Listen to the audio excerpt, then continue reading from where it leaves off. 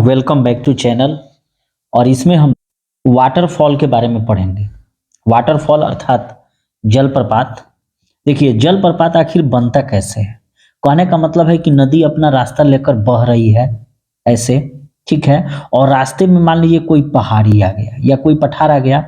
इस पहाड़ी को चीरते हुए जब आगे बढ़ेगी तो यहाँ तो पहाड़ ऊंचा है और ऊंचाई पर चढ़ेगी, और ऊंचाई से जब नीचे गिरती है तो इसी क्रम में जो है वाटरफॉल अर्थात जलप्रपात का निर्माण होता है। बिहार में अगर देखा जाए तो गया में, रोहतास में और नवादा या सासाराम जिलों में जो है बहुत सारे जलप्रपात के निर्माण हुए हैं। और विशेषकर जो पहाड़ी इलाका है या एक राज्य से दूसरे राज्य का जो बॉर्डर जो साझा करता है, वहां पर वाटरफॉल का निर्माण होता है। तो इसमें ये काफी इंपॉर्टेंट है। ये पहला है जो ककोलत जलप्रपात, ये जो है नवादा जिले में स्थित है, ककोलत की पहाड़ी पर, और ये लोबहर नदी पर है। तो ये प्रश्न आया भी है बीपीएससी के प्रीवियस ईयर्स में कि ककोलत जलप्रपात निम्न में से किस जिले में है? तो नवादा जिले में है। और ककोलत पहाड़ी कहाँ स्थित है? तो नवादा जिले में ही है। और वहीं पर एक नदी है जिसका नाम है लोबहर नदी। क्योंकि बिहार में या किसी भी स्टेट में जो है बहुत सारी छोटी छोटी नदियां हैं जिसके बारे में कंफर्म जानकारी रखना आसान नहीं है। ठीक है, तो ये प्रश्न यहाँ से आप लोग याद रखेंगे कि ककोलत जलप्रपात बिहार के नवादा जिले में ककोलत पहाड़ी पर और लोबहर नदी पर है। ठीक है, नेक्स्ट पे हम लोग चलते हैं सुखलदरी जलप्रपात। सुखलदरी जलप्रपात जो है यह उत्तर प्रदेश एवं बिहार की सीमा पर स्थित है।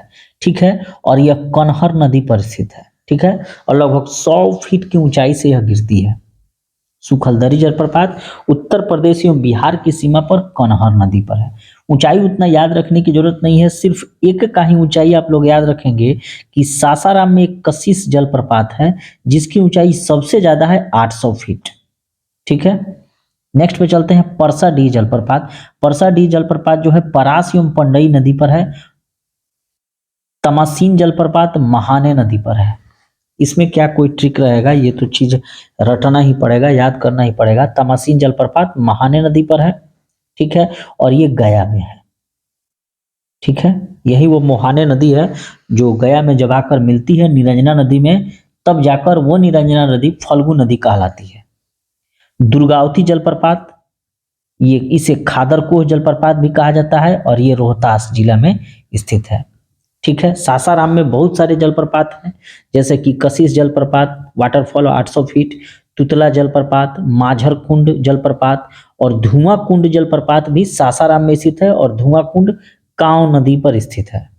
ठीक है, कैमूर में जो है तेल्हार कुंड और करकटगढ़ जलप्रपात जो है स्थित है, और इसी करकटगढ़ जलप्रपात को चैनपुर जलप्रपात कहा जाता है। ठीक है, चैनपुर वाटरफॉल। इस प्रकार ये हमारा सीरीज रहा। इसके बाद हम लोग झीलों के बारे में पढ़ेंगे, और एक प्रश्न आया था 67 बीपीएससी में चौर के बारे में। चौर को आप लोग समझ ही सकते हैं कि पुराने समय में जब नदियां बहती थी और अपना रास्ता बदल ली, तो इस क्रम में क्या हुआ कि वहां पर जल जो है किसी खाली स्थान पर एकत्रित हो गया, जिसे खाल मतलब नहीं, नीचा स्थान जो होता है, तो वहीं पर जो चौर का निर्माण होता है उसी से संबंधित एक 67 बीपीएससी में एक प्रश्न आया था जिसका नाम था चैता चौर। तो चैता क्या है? तो चौर है, और ये कहाँ स्थित है? तो पश्चिम चंपारण के पिपरा पकड़ी में स्थित है। वैसे देखा जाए तो पश्चिम चंपारण में बहुत सारे चौर हैं, जैसे चैता चौर, पिपरा पकड़ी, उदयपुर झील के पास भी चौर है, मानसी चौर, फुलिया खार। बिहार से संबंधित अब काफी अंदर से प्रश्न पूछे जाने लगे हैं, तो इस चीज को आप लोग ध्यान रखेंगे। चैनल पर नए हैं तो सब्सक्राइब करना ना भूलें, क्योंकि यहाँ पर कंप्लीट बिहार स्पेशल जीके से संबंधित पढ़ाई तो होगी ही, साथ ही जो भी बिहार सरकार द्वारा परीक्षाएं आयोजित की जाती हैं जैसे कि बीपीएससी, बीएसएससी या बिहार पुलिस एसआई, उससे संबंधित जो भी जीके जीएस के जो वीडियो होंगे कंप्लीटली उसको अपलोड किया जाएगा। मिलते हैं एक नए वीडियो में, तब तक के लिए थैंक यू।